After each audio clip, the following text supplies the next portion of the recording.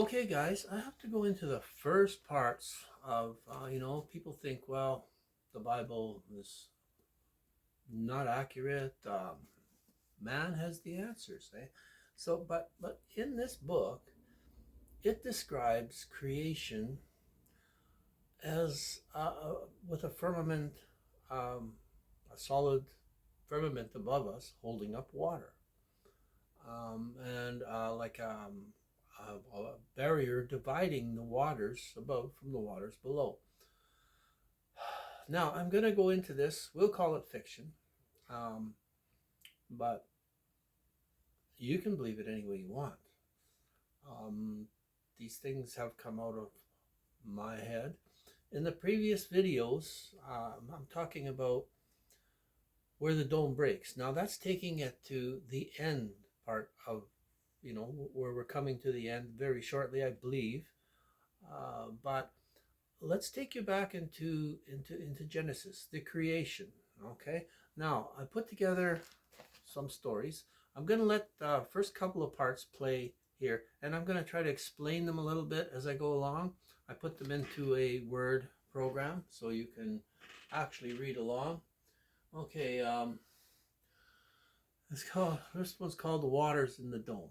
Okay, so I'm gonna play this, and I'm gonna maybe stop along the way a little bit, just to to try to explain a little bit more of what my visions have been bringing me, and also the Bible. Okay, so I'm just gonna play this here. It's in a okay. Let's see. Whoop. Now I'm verifying again.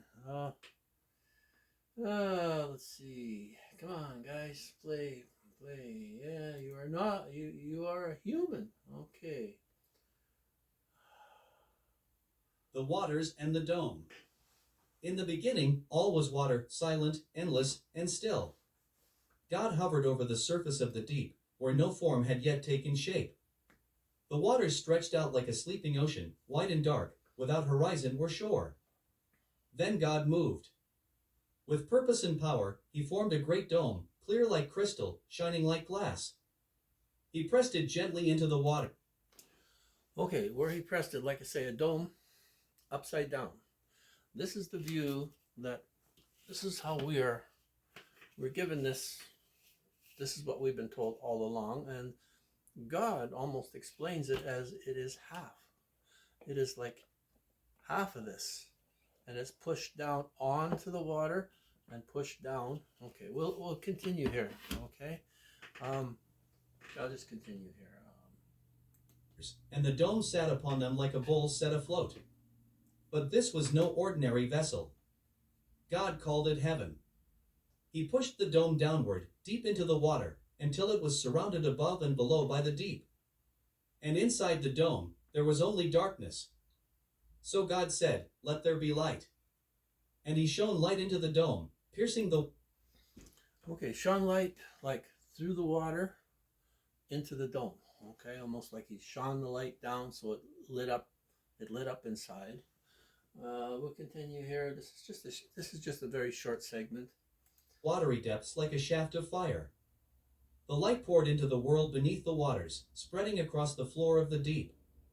The dome began to glow from within, filled now with radiance. And God saw the light inside the dome, and it was good. Okay, that's the first part of like my vision. Now they say, well, how could this dome, people thinking, well, the dome, I mean, the world spins. They're telling, that this world is spinning, all the way around every 24 hours, and we're from China and back every 24 hours. Well, maybe we can believe that. Maybe it's right. Maybe it's wrong. I don't know, but Genesis seems to say that that's not exactly how it is. Now we're going to go on with a little next segment of this. I got it another voice program here. Okay, that's this one.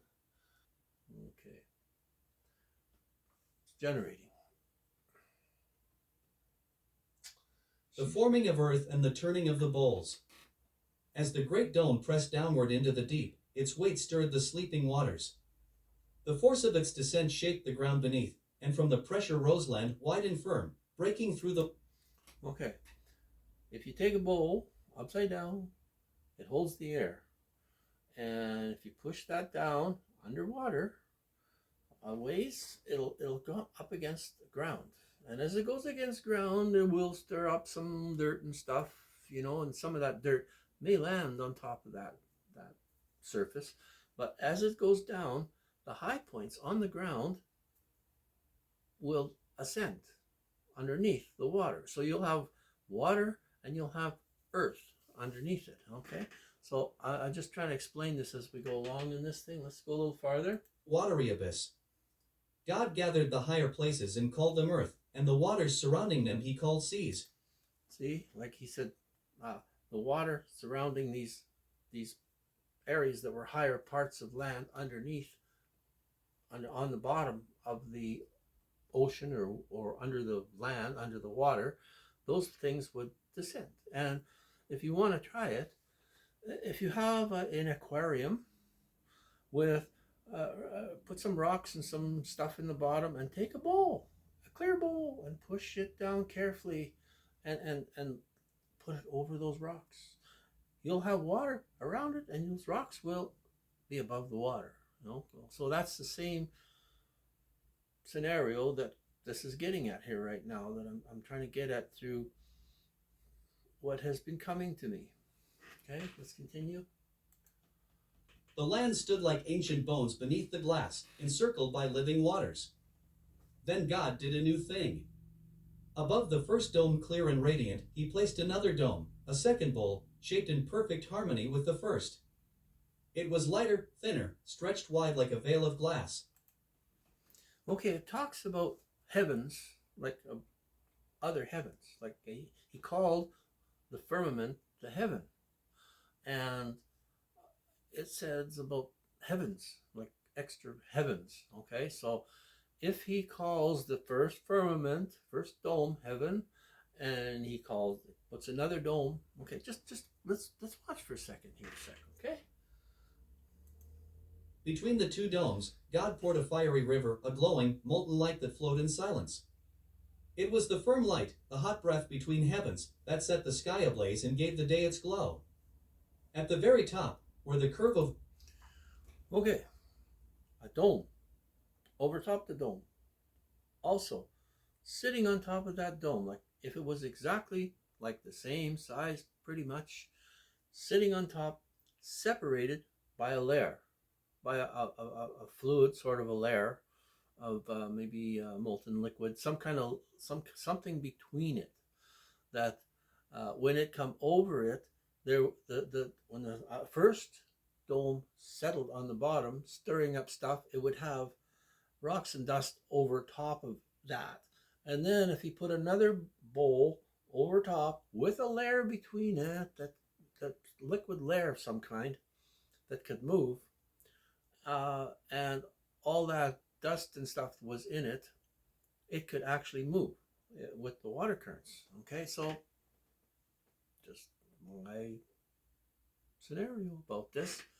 And I'm not saying the earth is flat. I'm not saying it's round. All I'm saying is that God depicts it, how God depicts it. And maybe YouTube won't like it and they'll take me out of the algorithms, but you know what? God wants this. God wants this out there. And I'm saying to God, block the devil from stopping this. Possibly he will. Possibly the devil has domain over this. I don't know. I'm using tools that have been provided for me, and whether the tools are the internet, whether they're the emails, whether they're the vehicles around me, whether they're the building, whether it's money, it's just a tool that's provided, put in my hand. Cars can be good. Cars help us every day, get us places, but they can also kill us. Planes are great. They travel, they fly us everywhere, but they can kill us. Everything has two sides to a coin, so to speak. Let's continue for a minute here.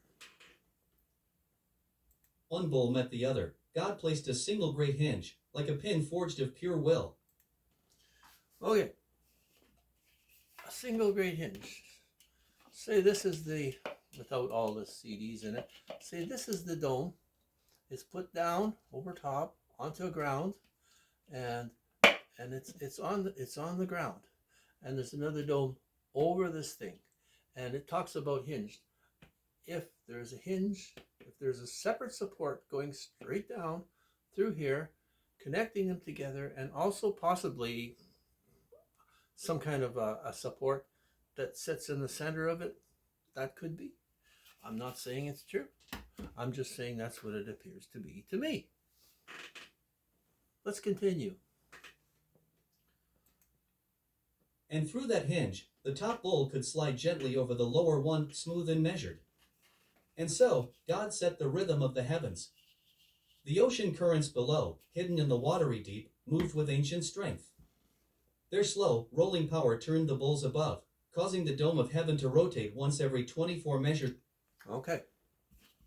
So a dome, over top of the dome, and water's flowing that causes it to slide over top the dome that is actually sitting on the bottom of the water, on the ground underneath, and water's above, and currents that are pushing it around every 24 hours.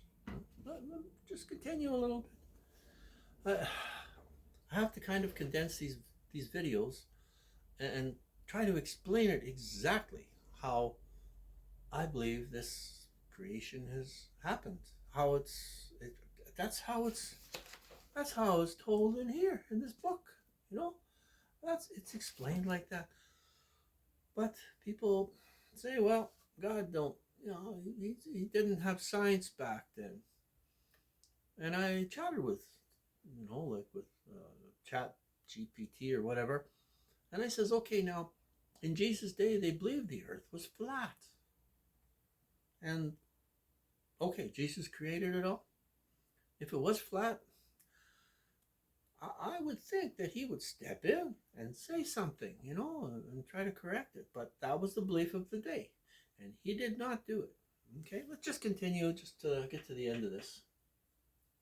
Of light and dark. It turned not in haste, but in peace, a slow dance of time and purpose.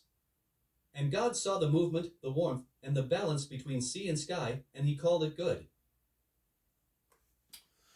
Okay, he called it good. Now that's where we'll have to move into the next series and the next parts of this, and we'll explain how the sun and the moon are actually being lit and appeared there. Okay, we have holograms today that can appear, that make like something is actually totally real when in fact it is not. And if you have clear glass, between clear glass with liquids in there and light doing strange things, it can appear real. And the stars that we see may not be light years away. They may not be suns. I don't believe they're suns. I believe they're like stars. God says stars. He doesn't say the stars are suns, but man says the stars are suns, light years away, millions of light years away. And they say, well, we can see them, but they're light years away. Now, if something, how far is a light year?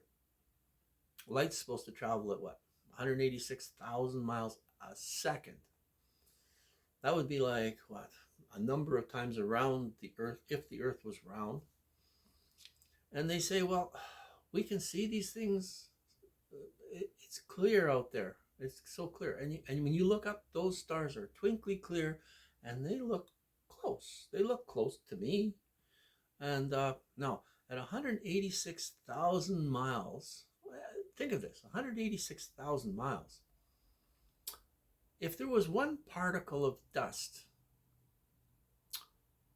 every second, like 186,000 miles, if there was one particle of dust between your eye and that sparkle of light out there, and it's 186,000 miles a second. One particle of dust. You know what? And then 2 seconds, you're doubling that. Three, you know, and 1 minute, you're going 60 times that distance. That's 1 minute. And then you got hours, and you got days, and you got it. There has to be some dust out there. And they say that tons of debris falls to the earth, like from dust in the up there every day. Well, wait a minute.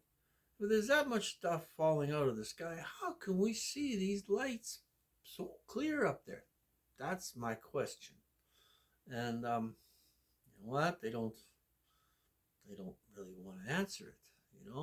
And we know that the sun appears to heat. I mean, he burns me. Look, I got a tan like you wouldn't. Can't work in it sometimes, so hot. And but then it puts out heat. And then if you look at the moon is supposed to be a reflector, reflecting sunlight, but it looks nothing like the sun. And fact is, if you go out in a full moon, or even in your house and the full moon beams are shining right through a big window, try it. Take two objects. You're in the house. The temperature is exactly the same. Take two objects, put them beside each other, but shade one object and let the other one shine in the moonbeams. And take your heat probe, wait 5 minutes, take your heat probe and go from one to the other. And I have found that it's like 2 degrees cooler, the one that's in the beams of the moon. Huh? I can't explain it. I don't know. It seems to cool. So I'm going to leave this right now, and I'll continue with the rest of the very interesting story in the next video. So you guys have a good day, and just do the best you can in your day. We all have to do things in our day. So make your day a little bit better. Make yourself a book. Get yourself a book. Get yourself a day planner. I mean, we can't change this world. I believe that we're coming to a very short period, a very bad thing going to happen. Maybe it's not a bad, that we could be pulled out of here. All life may be pulled out of this earth pretty soon, and it destroyed. And then there'll be a separation of the good to the bad. And continue watching. Just continue watching. You're going to see something here.